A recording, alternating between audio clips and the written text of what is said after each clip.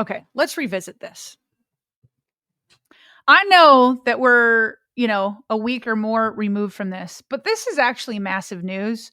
And I know a lot of times fans don't get as much into the weeds on contracts because at the end of the day, you just want to see guys perform, like figured out teams, figured out players, just get on the field and you guys figure out the money. But the details that we got here about going inside Lamar Jackson's contract, I think is significant. And it also, okay, let's just put it like this to kind of start out. The NFLPA filed a grievance against the NFL alleging that they had committed collusion with fully guaranteed and even guaranteed in general money in contracts. Okay. And so they take these accusations to an independent arbitrator. And this one, the arbitrator, his name is Christopher Droney. And this arbitrator does a deep dive into these accusations.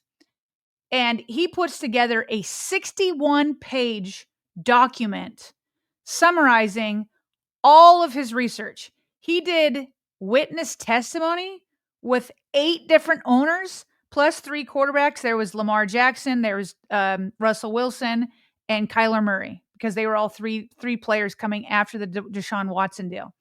So what they're basically saying is that, okay, after Deshaun Watson gets his massive fully guaranteed deal of 5 years, $230 million fully guaranteed, this was back in March of 2022, that they allege that the NFL colluded to make sure no other quarterback could get, or any player could get, that fully guaranteed money, and really any money after that. And so Pablo Torre got a hold of this 61-page document of this arbitrator hearing both sides from the NFL and the NFLPA, and then all the interviews that they did. Steve Bisciotti was interviewed, Lamar Jackson was interviewed, Eric DeCosta was interviewed, and a host of other NFL executives and people. So a lot of information came out on this. I spent this morning, I won't say I read all 61 pages, but I probably read 40, 45 pages and skimmed the other, but I read word for word, probably 40 to 45. Here is one for sure undisputed fact.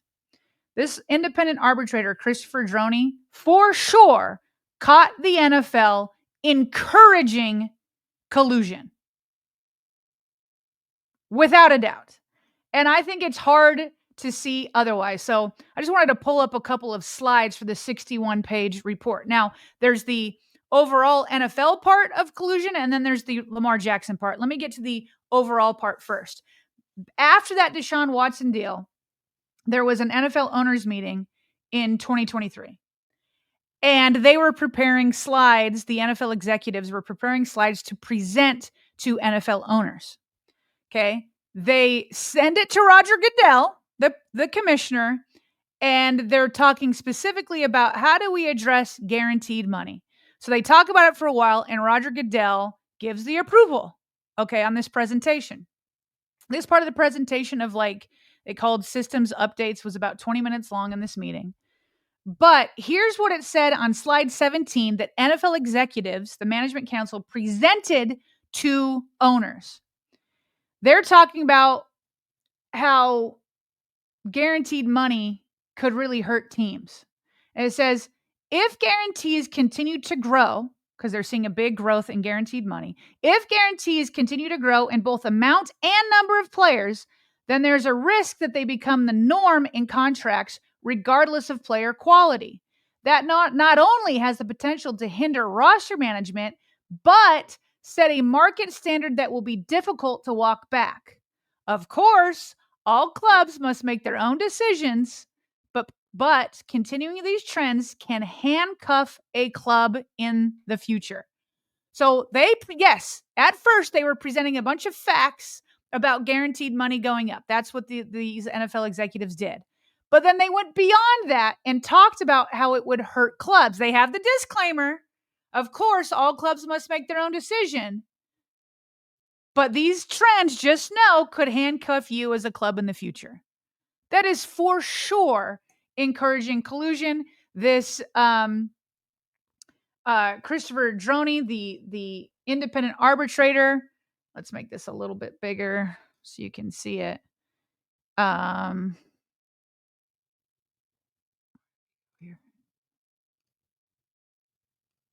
There we go. There it is. He's like, these statements went beyond merely informing teams about the trend of increasing bonuses and guarantees at the beginning of 2022 and went beyond merely educating teams about how bonuses and guarantees can affect individual team cap space in the future. Instead, the language of the presentation effectively expressed an opinion about the increases that the league was seeing. It communicated the league's concerns that increasingly large guarantees and bonuses would substantially raise player compensation, contribute to an expectation that players other than those in the top tier deserved guarantees, and ultimately give the players a greater share of team and league revenue than was bargained in the CBA. The slides did indicate that the clubs must still make their own decisions, and there is no evidence that the presenters explicitly asked the clubs to join together in an agreement to restrict the growth of guaranteed salaries and bonuses. However, the NFL MC Management Council, their message was not purely educational and informational as the NFL contends. It unmistakably encouraged the owners to reduce the trend of increasing player guarantees. Okay. So for sure, NFL caught, there they are, encouraging all owners to reduce player guarantees, which, yes, is encouraging collusion. Now, the NFL arbitrator goes on and says, but can you prove that the NFL owners actually acted upon that encouragement? The NFL arbitrator says, no, we don't have sufficient evidence to say that the 32 teams went out and acted upon that. And there's lots of details about trends of salary, of guaranteed money. I think it went down after this meeting in terms of percentage, but overall went up. And there's just lots of different data points that it's like, some could argue that, especially with a certain amount of teams, they kept giving out guaranteed money. Like over half of the NFL teams continued to give out more guaranteed money, like it increased. The other half kind of didn't, but he looked at their salary caps and they really didn't have the money to do it. So the arbitrator just didn't feel like there was evidence that the NFL owners actually acted upon this encouragement from the NFL. But boy, oh boy, do they encourage it.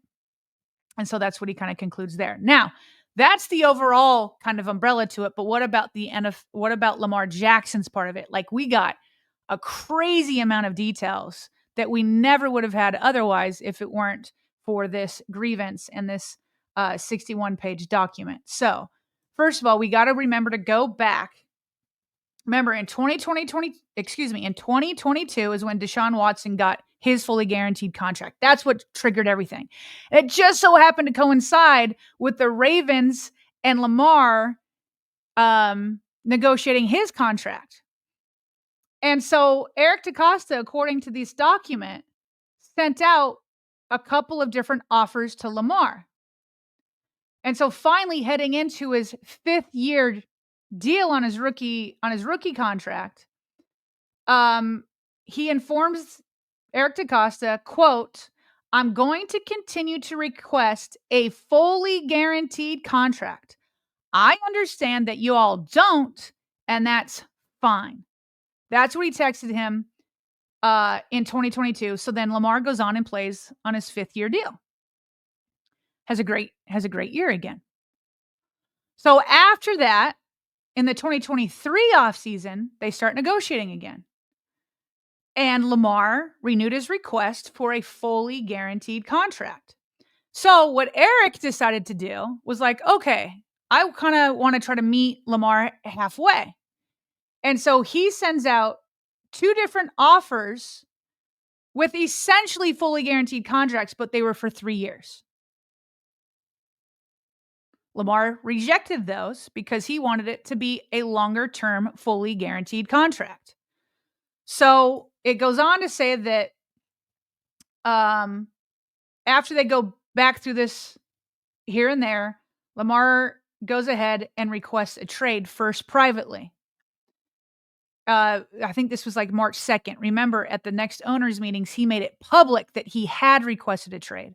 So before we all knew about the requested trade, the private conversations are that he asked for it. And so Eric DaCosta says, okay, well, give me a list of teams that you would request a trade from.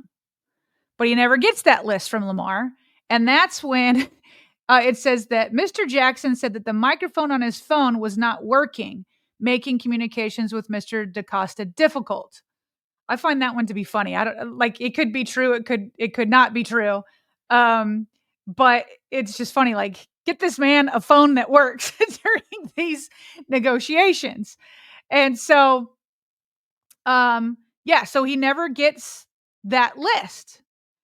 And so eventually the trade request is made official, and then the Ravens went ahead and franchised him. And according to this document, they used the non-exclusive franchise tag so that Lamar could negotiate with other teams given his request.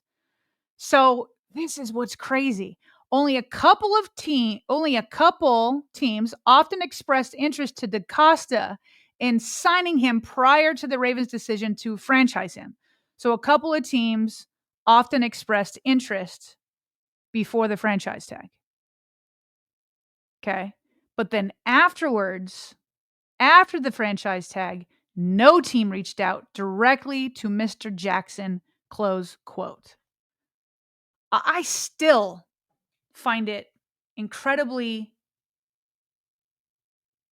dumb that the NFL wouldn't go after this MVP. You could argue it's collusion, or you could argue that they're dumb.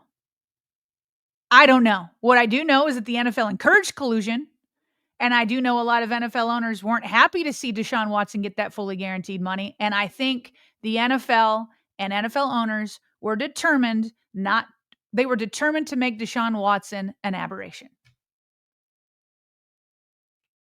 Whether they got together in a huddled room and said, okay, we're all going to do this together, or if they independently did it, you can't prove one way or the other.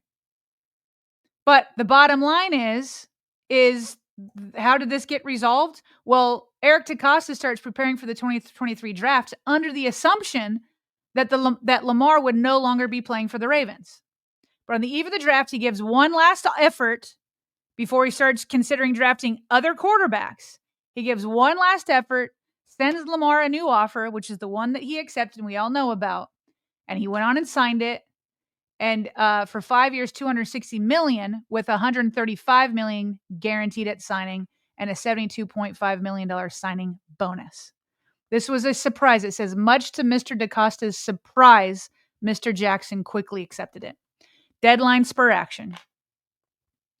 So at that point, Russell Wilson, Kyler Murray, they didn't get fully guaranteed money. I think Lamar was seeing that nobody was contacting him. So instead of letting the Ravens go out and get a brand new quarterback, he went ahead and said, okay, let's do this. Let's go ahead and do this. So what is the conclusion from Christopher Droney on whether or not there was collusion with Lamar Jackson specifically? Here's what he says. He says, emails from Mr. Jackson clearly show that he repeatedly requested a fully guaranteed contract, and the Ravens offered two 3-year fully guaranteed proposals, though they were not as long-term as Mr. Jackson would have liked. Mr. DaCosta credibly explained, so he thinks that this is credible, of why other teams may not try to sign him. Mr. DaCosta credibly explained why he did not wish to sign Mr. Jackson to a longer fully guaranteed contract for reasons that made sense, though he otherwise made an extensive effort to arrange a favorable deal for Mr. Jackson, a player he clearly respects and admires. Further, while many other teams did not express interest in Mr. Jackson after he asked to be traded, the NFL produced substantial evidence showing credible reasons for such lack of interest. Mr. DaCosta explained how Mr. Jackson's playing style was not a fit for all teams. Mr. Blank noted that his frequent injuries were one of the reasons why they did not express an interest. Many teams were not in the market for a quarterback. Some were skeptical that Mr. Jackson actually wished to leave the Ravens, and still others were deterred by the ultimate likely price of Mr. Jackson's contract and the draft choices they would have to surrender to the Ravens if they signed Jackson. Together, the circumstances show that the Ravens were not acting in accordance with a collusive agreement, or that other teams chose to make an offer to Jackson as part of a collusive agreement. The NFLPA has not demonstrated by a clear preponderance of evidence that Section 1 of the CBA was violated as to Mr. Jackson's negotiations. So there it is. I think it's pretty clear that overall the NFL was encouraging collusion on guaranteed money as it relates to Lamar. Yes, all of those points that you just made makes it reasonable, I guess, that another team wouldn't want to go out and give up draft picks and also a fully guaranteed contract. And maybe they're worried about injuries. And then they also feel like Lamar can only play a certain style, which we've seen since Todd Monken has come around, that he's capable of much more than what was being put on tape previously. So how can you come down and say for sure they colluded against Lamar, saying for sure there's enough evidence? I don't know. But anybody that feels like there was collusion against Lamar, I don't blame them either, because clearly the NFL was encouraging it. Clearly they were encouraging it. Did Christopher Droney have enough evidence to overcome all of those other reasons and say, okay, I'm going to punish teams? I don't think he did. But if anybody out there feels like Lamar and players have been colluded against, there's plenty of evidence to say that the NFL has encouraged that. And there's plenty of evidence to say, hey, maybe independently, I don't know, I guess, owners just didn't want to do it and aren't going to be as desperate as Haslam. And I'll just say this. When this was all going down, it was a year removed from when Deshaun Jackson got his contract by the time the Ravens were negotiating the second time after his fifth-year option. I'll just say this. Deshaun Watson didn't help players. The fact that he was the first one to get a long-term, fully guaranteed contract, Kirk Cousins had a shorter 3-year, fully guaranteed contract. The fact that Deshaun Watson, he did not do his fellow players any favors with the way that all turned out.